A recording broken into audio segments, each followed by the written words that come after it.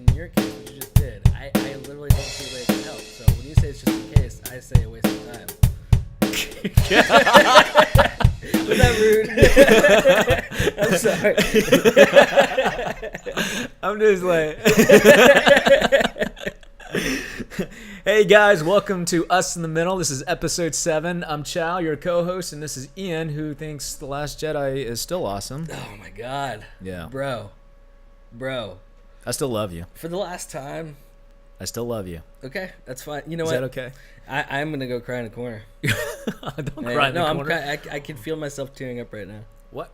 Dude, I still love you. Hey, it's gonna be okay. Hey, you know what'll make you feel better? Mm-hmm. You know, I just learned something the other day. There's like a little geography lesson for you. There's a place called fucking Austria. You're making that up. I'm not kidding you. How's it spelled? Fucking.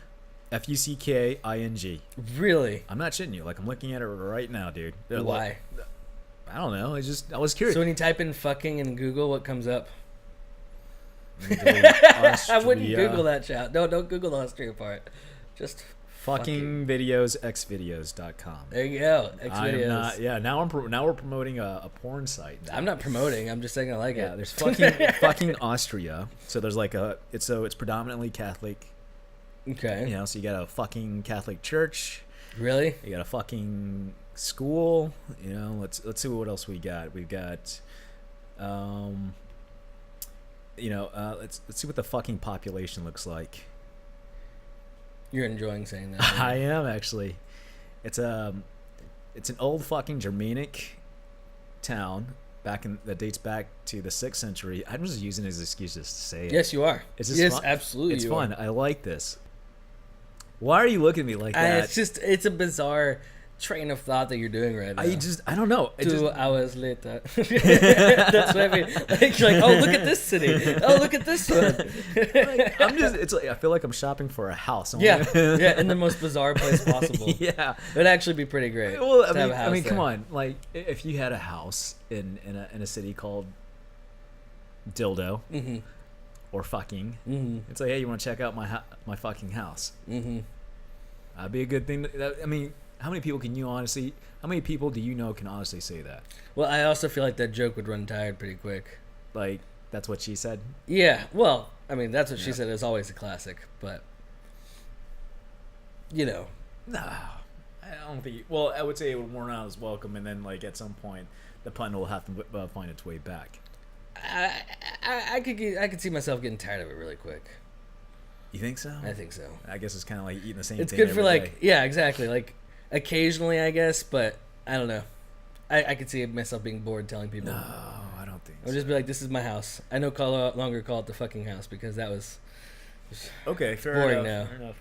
Oh, speaking of which, well, for whatever reason, like, you never get tired of VR, but then again, it's a new tech. Mm-hmm. Microsoft, I did see Microsoft do another showcase on one of their AR technology. Okay. Oh man, I keep forgetting what it's called. It slips my mind. I get 2 hours later. I know. Mm-hmm. Mm-hmm. It's the the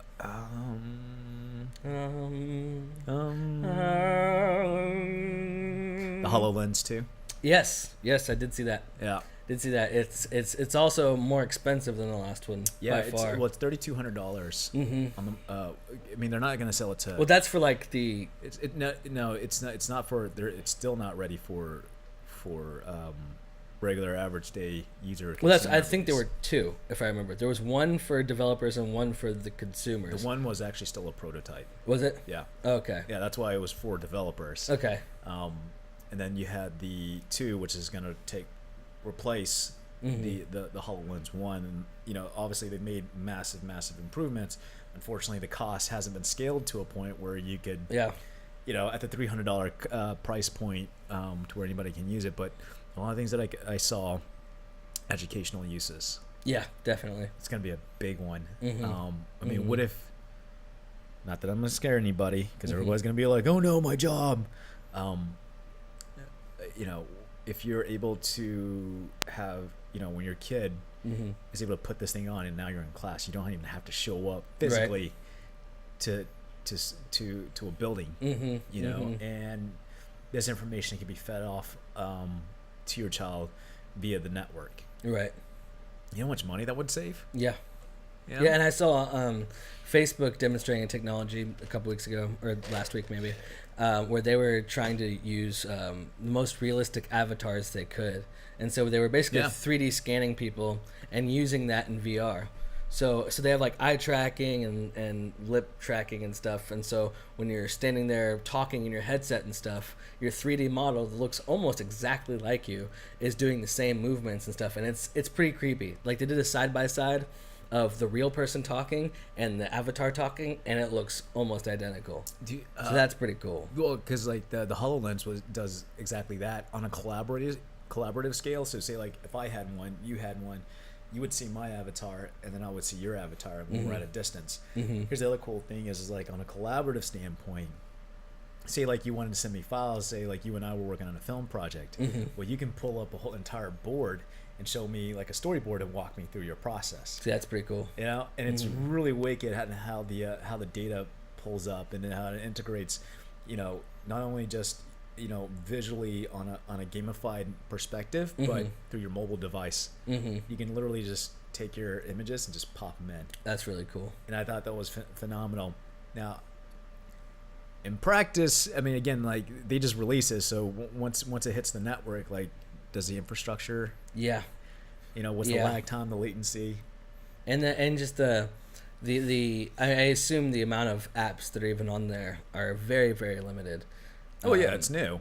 I would probably wait like another year at least until somebody's made more and better apps before I even tried to buy one, especially at that price point. I mean, that's expensive. Well, $3,200 is definitely a business, a B2B model, not so much the B2C. And the only reason I would do that if I was a business is if I had my own developers developing our own software to use for it, like proprietarily, you know. Right. So if you're in a, let's just say it was, you know, Sony Pictures and they make movies, I have our developers make something solely for Sony Pictures and developing movies. I wouldn't be surprised if they were probably still on it.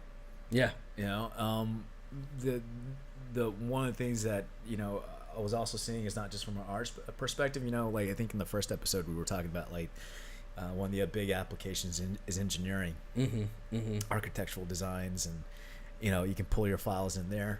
Obviously, software is going to be limited because there's not enough software to be had yet. There was a kid, and video games is going to be an interesting one. There was a kid that I saw on YouTube where he built a like he replicated the Mario game. Okay. Yeah, Cool. I forgot to send that to you so you could scope it out. And literally, you put on this helmet and you actually have to jump, duck. That's cool. And if you see, like, you know, the blocks, you know, where you had to jump the block and then, you know, is this like first person then? Yeah, I guess you could say that. Well, when you said Mario game, I figured you'd like see Mario, and he's like maybe no. So you are Mario. Okay. Yeah, or That's Luigi. Different. You know, his stupid brother. Mm-hmm. Yeah, I never. We don't talk about him. It's like I never really saw the point of him, but okay. Did you see the announcement and the all the gameplay footage coming out of the new Battlefield 5 Firestorm?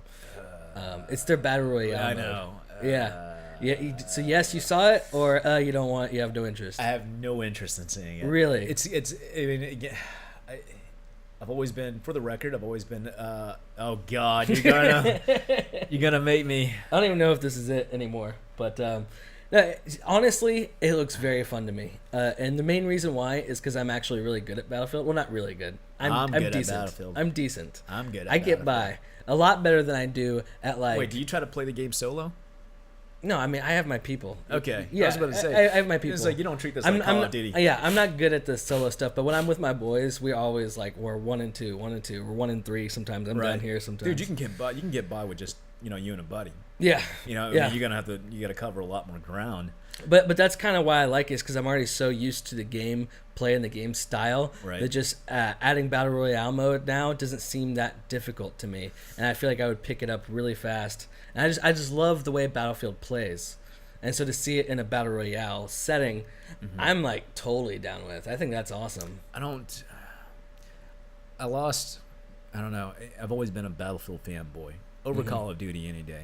Me too. You know, me too. And don't get me wrong, like I want Call of Duty to succeed.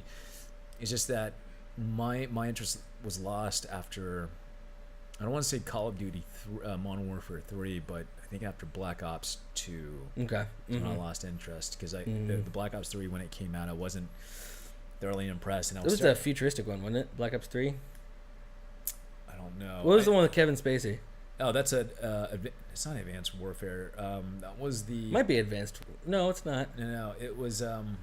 Advanced Warfare is a Tom Clancy. I know what you're talking about. It's with the introduction of the jumpsuits and the exoskeletons. Yeah. Which one was that? A lot of people hated that one. I loved it. I didn't like it. Really? Yeah. I liked the zombies on it the most. Because I was hoping that game would bring me back into the Call of Duty franchise, but it didn't. You know, he's like, my buddy asked me, what do you think? It was like, meh. Meh. So what about the new Battlefield genre of Battle Royale? As you, I don't know. Not excited. I'm not excited about but it. Why? More so just because I haven't played Battlefield 5. Period. Oh, you haven't? No. Okay, I can see that then. You know, it's just like the way EA. It's basically like Battlefield 1, but better. Well, because EA has definitely gone off the deep rail, on the deep end of the industry. You know, you know, obviously pushing for more service-based video games. You know, like I'll charge you $60 for the core game, and then, you know, when more content rolls around, it'll be $30 a piece. And then by the time you do the, you know, when all the content is released and you bought them all and you do the math, I mean, you probably spent about like a good $200. Yeah. Just for that one title. I don't see where the value is at. Oh, but we're servicing you. It's like, I'm not asking you to service. Yeah, and I'm asking you to make me a video game. I'm gonna be honest. I don't do any of that stuff. I don't pay for hardly anything ever. If there's a legitimate value proposition that I see that I can enjoy more thoroughly, where there's more content, I'll give you a little cash. You don't charge me an arm and a leg just for something that you're already distributing to like millions of people across the board. Yeah, I think the last time I paid for stuff after the fact, I think was probably Battlefield 4. I still play Battlefield 4. I think because Battlefield 3 and Battlefield 4, what was cool about it is the game already came with 10, 12 maps. Oh yeah, and then so that was enough. Yeah. You know, so it wasn't like they were holding back and selling you more later. It's like they came out with the full game. Not just the maps. It was, think about the modes, the different modes. All the different modes that would happen. Change up the gameplay left and right. So I would pay for those. They were like $15, and they came with like 4 maps and a whole bunch of different stuff. I was fine with that because $15 wasn't a lot of money, and honestly, 4 maps is worth it. Like, yeah, no, it was that's a good value prop. It's a good value. You know, so I didn't mind it. That was the last time I think I paid for extras on a game. I haven't done it since. I think after Anthem, God forbid, I don't even know why I just brought that up. The future of Anthem is very uncertain right now. Yeah. It's not looking good. Well, I don't think anybody's playing it. I mean, there's people still playing. I mean, especially after the surprise release of Apex. Who the fuck is playing Anthem? Like, really? I don't know a single person playing Anthem. You're the only person I know who has played it. Yeah, see, now you made. Thanks for making me feel like a loser. I really appreciate it. I'm not saying that. I'm saying, and you're not playing it anymore, are you? Every so often. You are? I'm playing more Tetris. I will convert you. To what? Apex? To something. No, hey, Tetris. last I checked, I was the guy who introduced you to Apex. That's probably true. Yeah, no, it is true. That's I love this game so much. I can't believe it took me so long to play it. I've been obsessed with it ever since we first played the first round. You're so damn excited that you're tripping over your words. Yeah, I mean, it's just, man, it's different and it's fun, and even the music when you're dropping in is just, it gets me excited every time. You're so glad that I even introduced it to you. I really am. And all I was gonna say is I do remember you telling me to download it and try it out so that we could talk about it on the podcast, and I didn't have time, and so you came and was all excited about it, and I was just like, that's cool, bro. And I'll let you know when I play it. You know? Yeah, right. And then I did play it, and I fucking love it. And you got obsessed, and then all of a sudden, like, you had to tell some of your other clients that you were working on the film project, like, yeah, I'm gonna need 10 more minutes. I gotta seriously do some more damage and whatnot. And then you thanked me for introducing it to you, Yeah. because one of your friends actually came by that forced you to say, hey, you need to play this game, and all of a sudden your world just completely changed. Mm-hmm. So, yeah, that's actually what happened. He wanted to set up a game day, and I was like, fuck it, I haven't gamed in a while, that's fine. And last time he was here, he played PUBG with me, and so I was like, this time, why don't we try something different? Let's try Apex. I hear great things from some people. Yeah, well, so. it's the team co-op. Man, I'm already bumping into your table now. That's You're gonna give me more shit about your table. It's been a while. Yeah, so. I know. I mean, it's like I'm putting my hand on it. It's not shaking. It's not. I think it's like more so over here that. Yeah, it probably needs to be readjusted at this point. I mean, hey, yeah, but it, there was another situation with Anthem, because even though the director of the game came out and says, like, don't worry, we have a lot more work ahead of us. Mm-hmm. I'm starting to worry that is there too much work ahead of you that it may not, that EA may come around and say, look, this is a lot costing us more money than we can get back.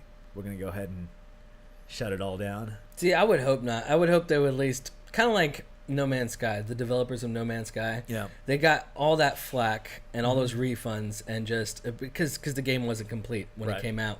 But they spent, the past, what was that, 2 years ago? Yeah. But they spent like the past 2 years perfecting this game, and now if you talk to most people who give it a chance, now they love it.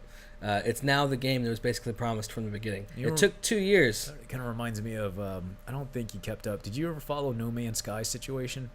That's what I just said. Wait, was that you said No Man's Sky? Yes, that's what I said. For some reason, I was thinking you were talking about something else. No, I'm talking about No Man's Sky. Oh, for some reason, okay. Yes, that's why I would remind you of No Man's Sky. Okay, because that's sorry. what I'm talking about. All right, well, my fault. Boop.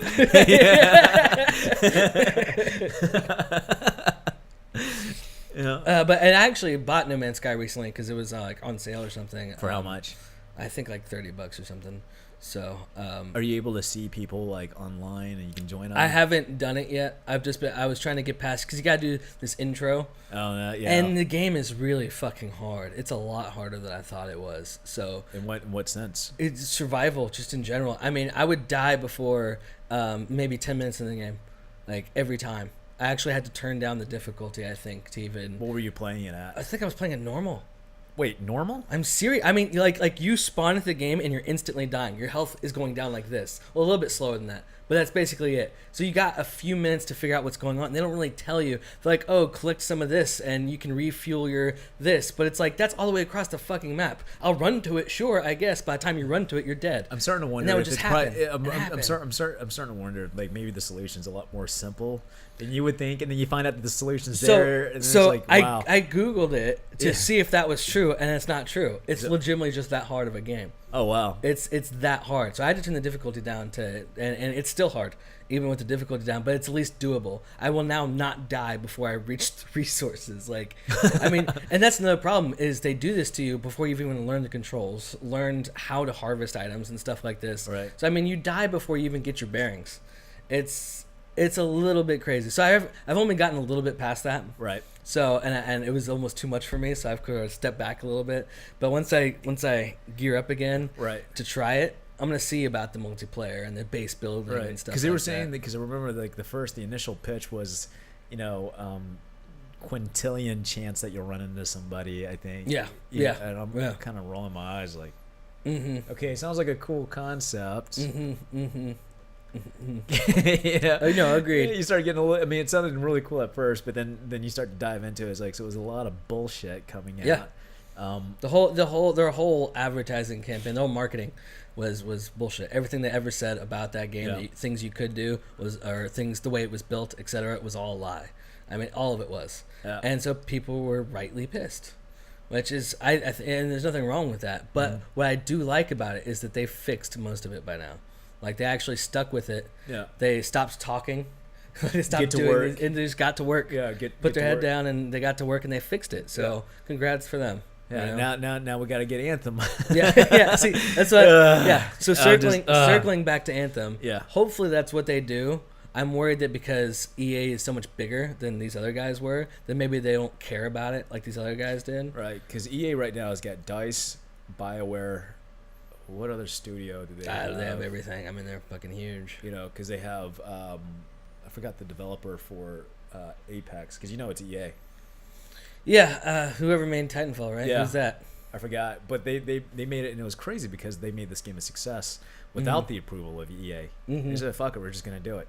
You know, and I hope they'll use this game as a way to buy themselves out of EA's control, because EA doesn't deserve this IP. I know EA gets a lot of flack. Dude, they've been voted like as the worst company. Right. Having said that, through the years, through the past, I don't know, 20 years that I've been a hardcore gamer, EA has came out with at least, seriously say like half the titles I've ever played. Yeah, but EA is nothing literally more like 50%. You break it down as like EA is nothing more than just a publisher. Yeah, but I'm saying developers. They've always known how to make good games, and they have been struggling lately. But I'm not counting them out. I mean, well, I'm not going to count them out either. I'm just saying that they don't deserve a title like Apex. I'm saying give them a chance. I did. Apex. I was like Anthem. And it's great. Anthem. Okay, Anthem is bad. But then Apex, hey. And that was another reason why I was saying I don't think anyone's playing Anthem is because, there's only so much time in a day. You only have so much time you can game or whatever. Right. And so people are going to be playing what they want to play the most. That's what they're going to be playing that day. Anthem is going to be on the bottom of that list. Apex is probably on the top for most people. And that's what's going to be hard for... Apex is a free game, so it's easily accessible for anybody to play. Exactly, and people love that, right? And then like, oh, by the way, microtransactions, it's just cosmetics. Oh, cool. Yeah. They're not loot boxes? Like, nah. And the game's just fun. Yeah. It's Battle Royale, but with the twist the Battle Royale needed. Battle Royale needed something new. No, well, the mechanics is pretty simple. One, it's team play. Two, you don't require an actual communication to know where everybody's at. Yeah, because the ping system. Yeah, the ping system is what made the experience completely different. But I'm still holding a grudge on Anthem. Yeah, like I want to keep my mind on Apex, but I'm so worried for Anthem. Like I desperately want that game to succeed. For how much longer I can hold out for, I don't know, because I'll be ready to move on to something else. Speaking of which, I do want to look into getting Devil May Cry 5. Yeah.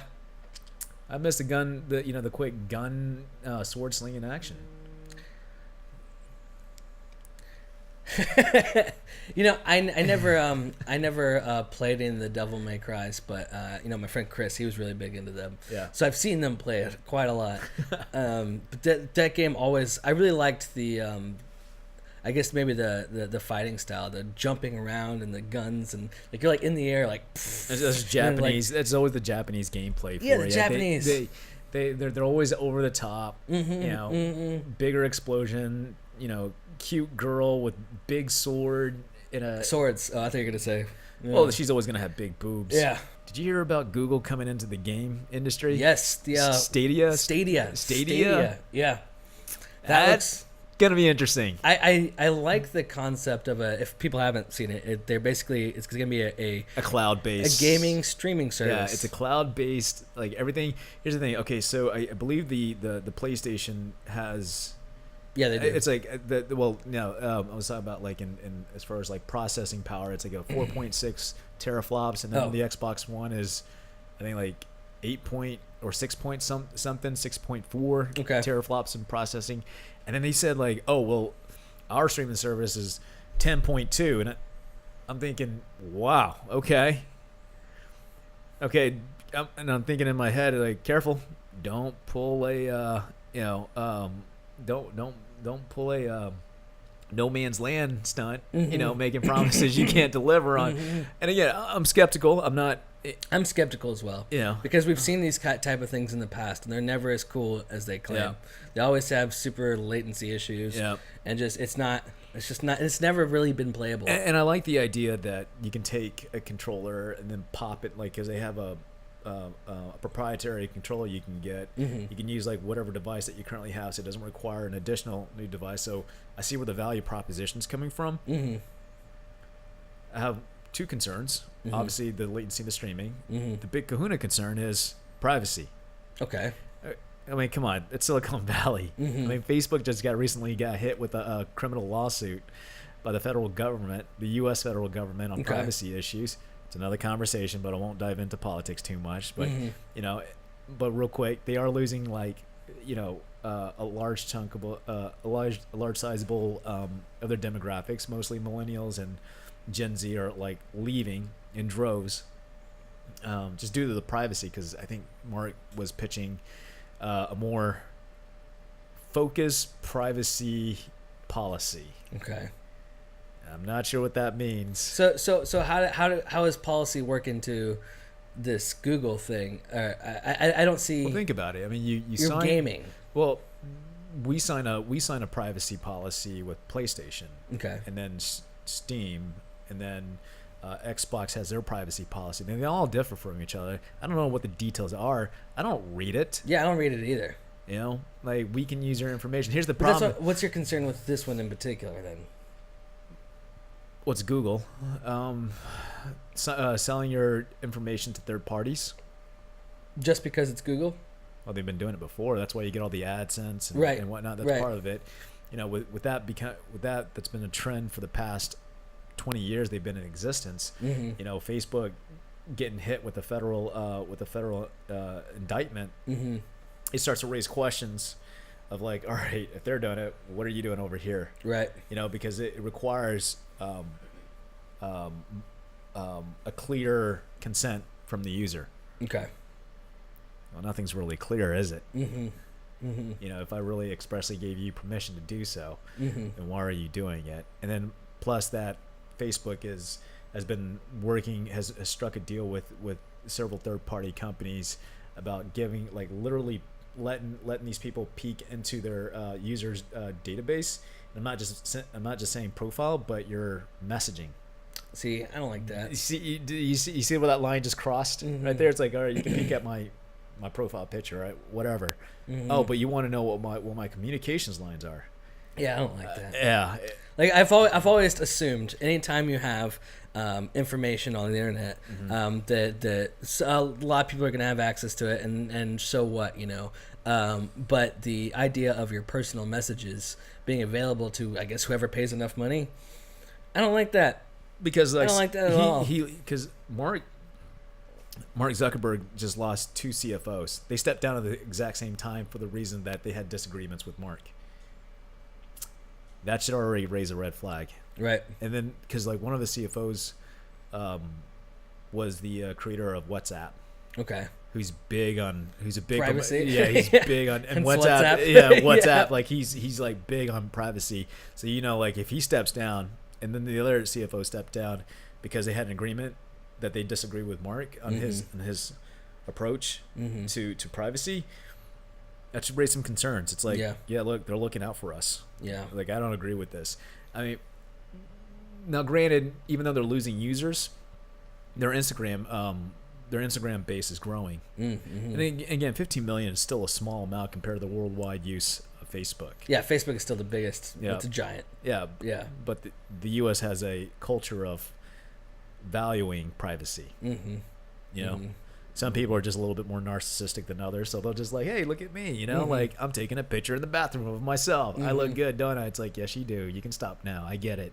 You know, and that's another reason why I'm also very careful about what I post. I'm not really careful about what I message, and that's why that concerns me. Right. But what about what I post in particular is, you'll notice I don't post a lot of things about my personal life. Like, I've never, like, posted a picture of, like, me and Madison sitting on the couch watching a movie. Like, I don't post that kind of stuff because it's personal. I did see the Easter egg in your Liberty Lanes of you and Madison, like, and you put the pictures. Yeah, the pictures. I was like, because I saw that and I was like, it's like, I see what you did there, you know? Yeah, I put my parents in there. I put my dog in there. Like, this is my family, you know? but I don't post anything on private. I post pictures of my family, yes, but I don't post pictures of personal family time. Right. Like, you know, when I go to my parents once a week for family dinner, mm-hmm. you know, I don't post about that, and I don't like when they post pictures about that. Yeah. And I don't like when, you know, Madison, she's loves video chatting with people, and I hate that because I'm like, this is my home, and like, you're constantly on that thing showing it to people. I just don't like it. No, I don't like the idea of I just want some part of my life to be private. Yeah, no, so absolutely. When I post, it's generally about professional things mm-hmm. or just things I think are really cool. So if we're like an arcade, sure, I'll post that. Yeah. You know? But I'm not going to post about I don't know.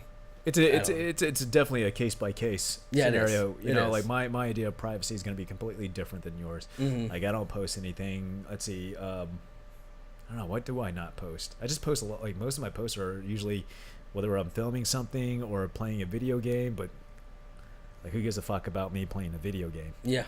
You know, and then our podcast, but that's about it. Yeah. At least as far as I can tell. You know, or businesses, whatnot. But as far as my personal relationship with anybody else, exactly. Let's keep that separate. Exactly. You know, exactly. I think there's a way you can do it where you can keep things separate. You don't have to be like crazy open about it.